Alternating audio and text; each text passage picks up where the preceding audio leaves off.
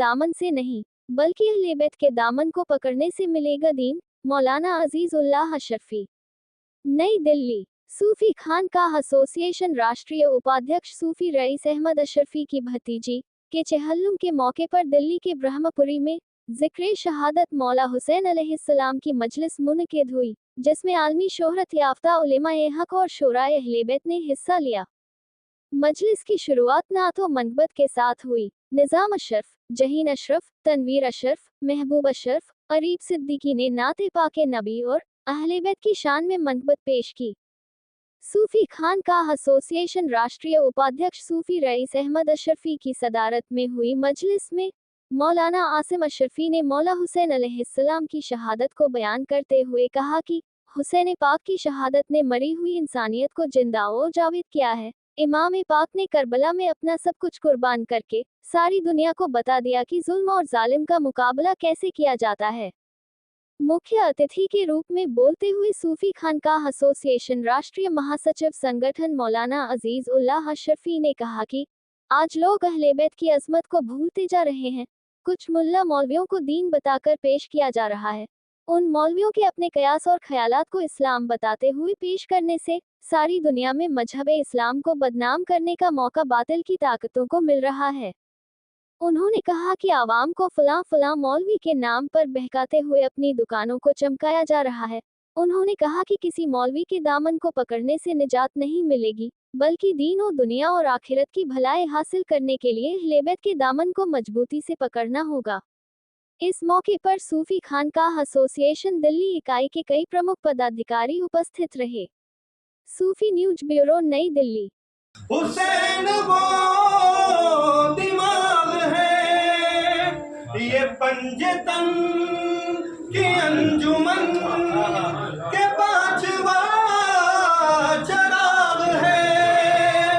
हसन के पहले हम सफर, हसन के पहले हम सफर, अली के दूसरे पिसर, इमाम तीसरा हुसैन है, हुसैन है, इमाम तीसरा हुसैन है।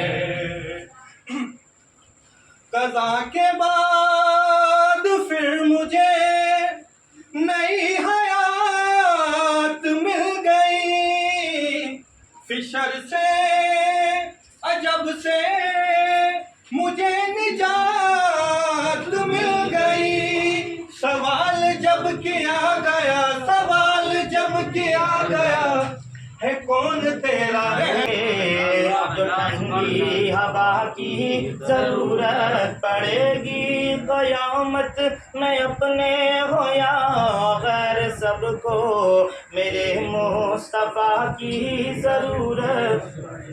और ये शेर भी बतौर खास समाज फरमाए कि उन्हीं की बदौलत वक़ारे हरम है, और उन्हीं की बदौलत है जिंदा नमाजें। ये अकीदत की अक्कासी भी है, और ये आज के मौजू के हिसाब से ये एक परफेक्ट बिल्कुल सटीक बैठा हुआ शेर भी है। इसको समाज फरमा लें कि उन्हीं की बदौलत वक़ारे हरम है, उन्हीं की बदौलत है जिंदा नमाजें। अगर इमाम अली मकाम की शहादत ना होती तो फिर पता नहीं क्या होता। उन्हीं की बदौलत वक़ारे हरम है। के तौर पे मैं आपको बता दूं, मेरे आका, आपके आका, कायनात के आका सल्लल्लाहु अलैहि वसल्लम जब आखिरी हज करके वापस आ रहे थे तो एक जगह है गदीर खुम, वहाँ पर आका सल्लल्लाहु अलैहि वसल्लम खड़े हुए और एक नहीं दो नहीं तकरीबन 1.25 लाख मजमे में, और 1.25 लाख का मजमा, वो मजमे में कौन लोग थे? सहाबा किराम। सुभान अल्लाह। दूसरी रिवायत में है कि 2.25 लाख के मजमे में सुभान अल्लाह मेरे आका सल्लल्लाहु अलैहि वसल्लम ने सरकार मौलाए कायनात अली अलैहिस्सलाम के दस्त को पकड़ा, और पकड़ने के बाद में बुलंद किया। बुलंद करने के बाद में मेरे आका सल्लल्लाहु अलैहि वसल्लम इरशाद फरमाते हैं, मन कुन्तु मौलाहु फहाज़ा अलीयुन मौला, मैं जिनका मौला हूँ अली भी उनके मौला। اور اسی جگہ پر میرے مصطفیٰ صلی اللہ علیہ وآلہ وسلم نے ایک اعلان اور کیا.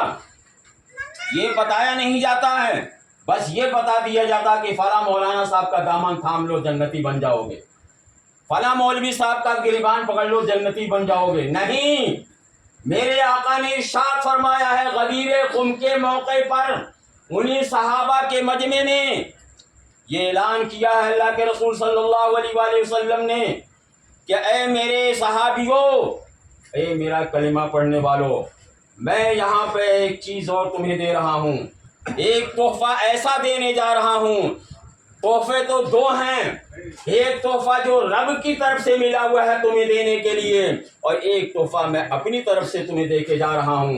اگر ان دونوں کو مضبوطی سے تھامے رہے تو تمہیں دنیا کے پردے پر کوئی مائی کا لال تمہیں گمراہ نہیں کر سکتا.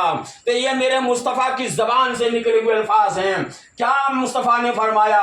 میرے مصطفیٰ نے ارشاد فرمایا تھا، صحابہ نے عرض کی یا رسول اللہ فداک امی و ابی، یا رسول اللہ میں اپنے ماں باپ کو آپ کے اوپر قربان کرتا ہوں. وہ دو تحفے کیا ہیں؟ اللہ کے رسول صلی اللہ علیہ وسلم ارشاد فرما رہے ہیں، ایک تو میں اپنی آل چھوڑ کے جا رہا ہوں تمہارے درمیان، ایک قرآن دے کے جا رہا ہوں تمہارے درمیان. قرآن رب کی جانب سے دیا ہوا تحفہ ہے، اور اب میں اپنی آل کو اپنی طرف سے دے رہا ہوں تحفہ.